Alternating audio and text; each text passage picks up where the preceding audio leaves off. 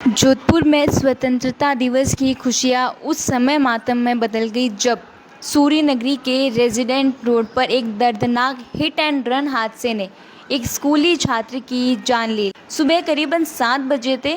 12 साल का लोकेंद्र अपने 3 दोस्तों के साथ मोटरसाइकिल पर स्वतंत्रता दिवस समारोह में शामिल होने जा रहा था। चारों बच्चे उत्साह में थे। तिरंगा लहराने का जोश उनके चेहरों पर साफ झलक रहा था। लेकिन होटल एडिसन के पास एक तेज रफ्तार ट्रक ने उनकी बाइक को जोरदार टक्कर मार दी। हादसा इतना भयानक था कि लोकेंद्र ट्रक के पिछले पहिए के नीचे आ गया और उसकी मौके पर ही मौत हो गई। बाकी 3 बच्चे गंभीर रूप से घायल हो गए। ट्रक चालक बिना रुके मौके से फरार हो गया, जिससे परिजन और स्थानीय लोगों का गुस्सा भड़क उठा। लोकेंद्र की मां और बहन की चीखें सड़क पर गूंज रही थी।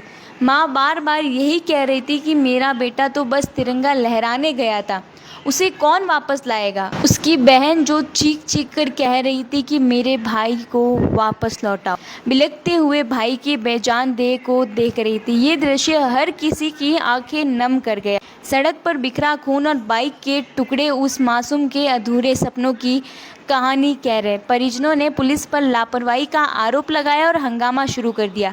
उनका कहना था कि मुख्यमंत्री के काफिले की सुरक्षा में व्यस्त पुलिस ने सड़क सुरक्षा पर ध्यान क्यों नहीं दिया। पुलिस तुरंत हरकत में आई। एयरपोर्ट थाना और रातानाडा थाने की चेतक टीमें मौके पर पहुंची और डीसीपी अमित जैन और एडीसीपी वीरेंद्र सिंह ने हालत संभालने की कोशिश की। पुलिस ने ट्रक चालक के खिलाफ एफआईआर दर्ज की और उसकी तलाशी भी शुरू कर दी गई। घायल बच्चों को अस्पताल ले जाया गया था। एक बच्चे को प्राथमिक उपचार के बाद छुट्टी मिल गई, जबकि एक का ऑपरेशन चल रहा है। लोकेंद्र का शव मोर्चे में रखवाया गया, लेकिन परिजनों का सवाल वही है, जब सुरक्षा इतनी सख्त थी तो ट्रक चालक कैसे भाग गया। इसी बीच जोधपुर के बरकतुल्ला खान स्टेडियम में स्वतंत्रता दिवस का राज्य स्तरीय समारोह धूमधाम से मनाया गया। मुख्यमंत्री भजनलाल शर्मा ने ध्वजारोहण किया, हेलीकॉप्टर से पुष्प वर्षा भी हुई और परेड का निरीक्षण भी किया गया।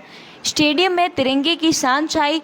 करीब 20,000 लोग इस ऐतिहासिक पल के गवाह बने। मेहरानगढ़ किले के ऊपर 550 ड्रोनों ने ऑपरेशन सिंदूर थीम पर अनोखा शो भी पेश किया, जो देश में अपनी तरह का पहला प्रदर्शन था। लेकिन अब ये राज्य स्तरीय समारोह एक तरफ जहां खुशी की लहर थी, वहीं अब दुख की लहर छा गई है।